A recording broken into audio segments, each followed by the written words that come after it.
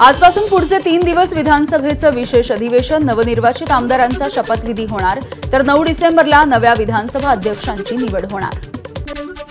हंगामी अध्यक्ष म्हणून पुन्हा संधी मिळाली आहे, नियमाच्या नुसार काम करेन, कालिदास कोळंबकर यांची प्रतिक्रिया। देवेंद्र फडणवीसांना आमदारकीची शपथ देणार याचा आनंद, कोळंबकर यांनी व्यक्त केली भावना।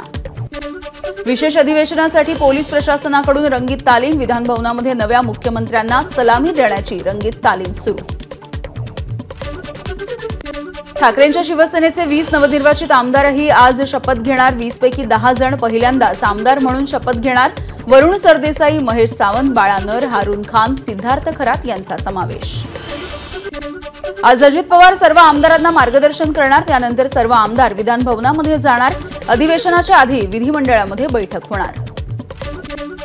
महायुतीचा मंत्रिमंडळ विस्तार लवकरच होईल। काल राष्ट्रवादी काँग्रेसची पक्षांतर्गत बैठक झाल्याच्या नंतर आज महायुतीची बैठक होण्याची शक्यता। सत्ता स्थापनेच्या नंतर महायुतीमध्ये खाते वाटपावरून रस्सीखेच, गृह मंत्रालयाच्या बदल्यात शिंदेंपुढे महसूल, जलसंपदा, सार्वजनिक बांधकाम विभाग असे 3 पर्याय सूत्रांची माहिती आहे।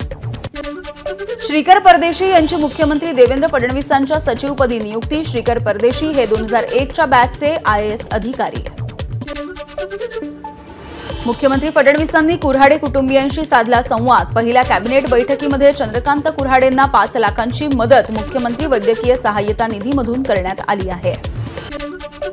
राज ठाकरेंच्या सोबत विचार जुळत असल्यामुळे त्यांना सरकार सोबत ठेवण्यामध्ये रस, मुख्यमंत्री देवेंद्र फडणवीसांचं मोठं वक्तव्य। तर पालिकेला शक्य असेल तिथे मनसेला सोबत घेणार, फडणवीसांची माहिती आहे। उपमुख्यमंत्री अजित पवारांना मोठा दिलासा, जप्त केलेली अजित पवारांची संपत्ती आयकर विभागाकडून मुक्त, दिल्लीच्या ट्रिब्युनल कोर्टाचा निर्णय। भाजपचे ज्येष्ठ नेते मधुकरराव पिचड यांचं ब्रेन स्ट्रोकमुळे निधन, वयाच्या 84व्या वर्षी घेतला अखेरचा श्वास। गेल्या 1.5 महिन्यांपासून सुरू होते उपचार। आज अकोलेमधल्या भाजपच्या पक्ष कार्यालयामध्ये पिचड यांचं पार्थिव ठेवलं जाणार। राजूरच्या मधुकरराव पिचड महाविद्यालयाच्या पटांगणामध्ये दुपारी होणार अंत्यसंस्कार।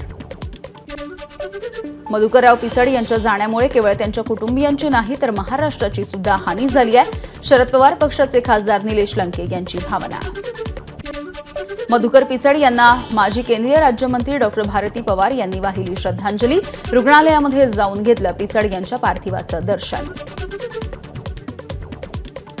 मुख्यमंत्री आणि उपमुख्यमंत्र्यांनी गोरगरीब जनतेला न्याय द्यावा, पुन्हा मराठा समाजाच्या विरोधामध्ये गेलात तर सत्ता चालवणं कठीण होईल, मनोज जरांगेंचा इशारा। शरद पवार उद्या मार्कडवाडीला जाणार, ईव्हीएमच्या विरोधामध्ये आंदोलन करणारं मार्कडवाडी हे देशामधलं पहिलं गाव। राहुल गांधी आणि इंडिया आघाडीचे नेते सुद्धा लवकरच गावाला देणार भेट। 3 वेळा आमदार म्हणून निवडून आल्यानं आशिष शेलार यांचा आभार कार्यक्रम। वांद्रे पश्चिमेतील नागरिक मतदारांसाठी शेलार यांच्याकडून विशेष कार्यक्रमाचं आयोजन। अनेक बॉलिवूडच्या कलाकारांनी लावली हजेरी। सोलापूर जिल्हा मध्यवर्ती बँकेच्या 238 कोटींच्या बेकायदेशीर कर्ज वाटप प्रकरणामध्ये मोठी कारवाई। तत्कालीन संचालक मंडळासह बँकेचे 2 अधिकारी, एका चार्टर्ड अकाउंटंटकडून वसुली करण्याचे आदेश। गोंदिया, भंडारा, चंद्रपूर, गडचिरोली आणि नागपूरमध्ये 35,000 शेतकऱ्यांचे 284 कोटींच्या धानाचे पैसे रखडले, पैसे तात्काळ देण्याची शेतकऱ्यांची मागणी। मुंबई पालिकेनं लागू केलेली 10% पाणी कपात मागे घेतल्यामुळे ठाणे आणि भिवंडीकरांना दिलासा। रविवारी मध्य रेल्वे मार्गावरती माटुंगा, मुलुंड अप आणि डाऊन जलद मार्गावरती मेगा ब्लॉकच्या दरम्यान CSMT कडून सुटणाऱ्या जलद मार्गावरची सेवा माटुंगा आणि मुलुंड स्थानकाच्या दरम्यान धीम्या मार्गावरून वळवली जाणार। पश्चिम रेल्वे मार्गावरती आज रात्रकालीन ब्लॉकच्या दरम्यान सांताक्रूज ते गोरेगाव 5वी 6वी मार्गिका जलद मार्गावरती वळवली जाणार। उद्या हार्बर रेल्वे मार्गावरती CSMT ते चुनाभट्टी, वांद्रे अप आणि डाऊन या मार्गावरती ब्लॉकच्या कालावधीमध्ये CSMT वरून पनवेलकरिता सुटणारी सेवा आणि CSMT कडून वांद्रे गोरेगावसाठीची सेवा ही रद्द। कोकण रेल्वे मार्गावरती आज आणि उद्या करमाळी वेर्णा या स्थानकाच्या दरम्यान ब्लॉकच्यामुळे प्रामुख्याने चंदीगड तिरुवनंतपुरम सेंट्रल एक्सप्रेस, नागपूर मडगाव या एक्सप्रेसच्या वेळापत्रकामध्ये बदल। मॅरेथॉनच्या निमित्तानं उद्या पश्चिम रेल्वेवरती चर्चगेट ते विरारच्या दरम्यान अतिरिक्त विशेष लोकल धावणार। मॅरेथॉनमध्ये सहभागी होणाऱ्या स्पर्धकांना मोठा दिलासा। वंदे भारत स्लीपर ट्रेन सेटचा पहिला प्रोटोटाइप तयार, चाचणी यशस्वी झाल्याच्या नंतर प्रवाशांसाठी सुरू केली जाईल। रेल्वे मंत्री अश्विनी वैष्णव यांची माहिती। महाराष्ट्राला मोदी सरकारकडून 1 नवोदय आणि 3 केंद्रीय विद्यालयांचं गिफ्ट। दर्जेदार शिक्षणासाठी देशभरामध्ये नवीन 28 नवोदय आणि 85 केंद्रीय विद्यालयांना मंजुरी आहे। राज्यभरामध्ये तापमानामध्ये घट होण्याचा अंदाज। सोमवारपासून तापमानामध्ये 4 ते 5 अंश सेल्सिअसनं घट होण्याची शक्यता। तब्बल 8 दिवसांनी पुन्हा वातावरणामध्ये बदल होऊन थंडीची चाहूल। गुहागरमध्ये सर्व भागात धुक्याची चादर। थंडीच्या पुनरागमनामुळे बागायतदार सुखावले। मुंबईतील अनेक भागामध्ये धुक्याची चादर। केंद्रीय प्रदूषण नियंत्रण मंडळानुसार विविध भागामधल्या हवेची गुणवत्ता मध्यम श्रेणीत। गोंदियामध्ये सकाळपासूनच अवकाळी पावसाची हजेरी। पावसामुळे कापून ठेवलेल्या धान पिकाचं नुकसान होण्याची शक्यता।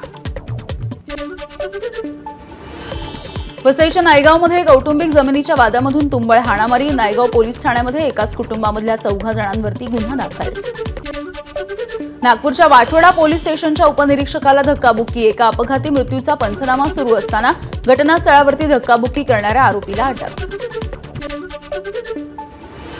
तरुणाच्या हत्येने पुन्हा एकदा नाशिक शहर हादरलं। इडली डोसा विक्री करणाऱ्या गाडीला लाथ मारल्याच्या रागामधून 6 जणांच्या टोळक्याकडून एका हॉटेल चालकाची हत्या। भंडाऱ्याच्या लाखनीमधील हॉटेलमध्ये घोणस जातीचे 3 विषारी साप आढळले। सर्पमित्रांनी मोठ्या शिताफीनं सापांना पकडलं। उशिरा आल्याबद्दल ओरडल्यामुळे 12वीच्या वर्गातील 17 वर्षीय विद्यार्थ्याने शाळेमध्येच मुख्याध्यापकाची हत्या केली आहे। मध्य प्रदेशच्या छतरपूर जिल्ह्यातली घटना। बिहारमधील दरभंगा इथे रामविवाह मिरवणुकीच्या दरम्यान दगडफेक। घटनास्थळी मोठा पोलीस बंदोबस्त तैनात। 2 गटामधील वादाच्या नंतर दगडफेक। पोलिसांकडून तपास सुरू। प्रयागराज महाकुंभमध्ये 45 कोटी भाविक येण्याची शक्यता। उत्तर प्रदेशचे उपमुख्यमंत्री केशव प्रसाद मौर्य यांची माहिती। युक्रेनमध्ये रशियाचा हल्ला। 9 जणांचा मृत्यू तर 17 जण जखमी झाल्याची माहिती। बेलारूस सोबत रशियाचा सुरक्षा हमी करार। रशियाचे अध्यक्ष पुतीन यांची करारावरती स्वाक्षरी। अणुहल्ल्याच्या विरुद्ध सुद्धा सुरक्षेचं वचन। गाझापट्टीमध्ये अन्नासाठी नागरिकांचा आक्रोश। चॅरिटेबल स्वयंपाकघराच्या समोर 200 लोकांची रांग। सिरियामधल्या बंडखोरांचा हमालष्करी विमानतळावरती हल्ला। सर्व विमानं आणि क्षेपणास्त्र बंडखोरांच्या ताब्यात। इराक आणि सिरियाच्या परराष्ट्र मंत्र्यांनी बगदादमध्ये घेतली इराणच्या परराष्ट्र मंत्र्यांची भेट। सिरियामधील वेगानं बदलणाऱ्या परिस्थितीच्या संदर्भात चर्चा। सिरियामधल्या परिस्थितीवरती आमचं बारकाईनं लक्ष। सिरियामध्ये सुमारे 90 भारतीय नागरिक त्यापैकी 14 संयुक्त राष्ट्रांच्या विविध संस्थांमध्ये कार्यरत असल्याची परराष्ट्र मंत्रालयाची माहिती। इराणचा सिरिया सरकारला पाठिंबा। सिरियामधील बंडखोरांचा इराणकडून दहशतवादी असा उल्लेख। सिरियाला शक्य ती सर्व मदत करण्याचं इराणचं आश्वासन। चीनच्या कोस्ट गार्डची फिलिपिन्सला पुन्हा एकदा चेतावणी। अधिकारांचं उल्लंघन आणि प्रक्षोभक कृती थांबवण्यासाठी सांगितलं।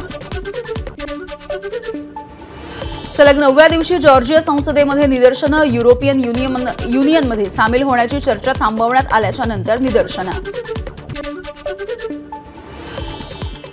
पुष्पा 2ची पहिल्याच दिवशी जगभरामध्ये 279.20 कोटी रुपयांची कमाई।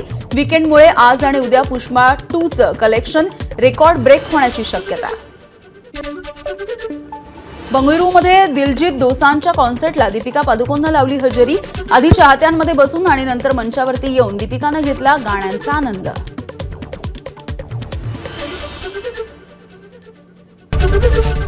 एबीपी माझा, उघडा डोळे बघा नीट।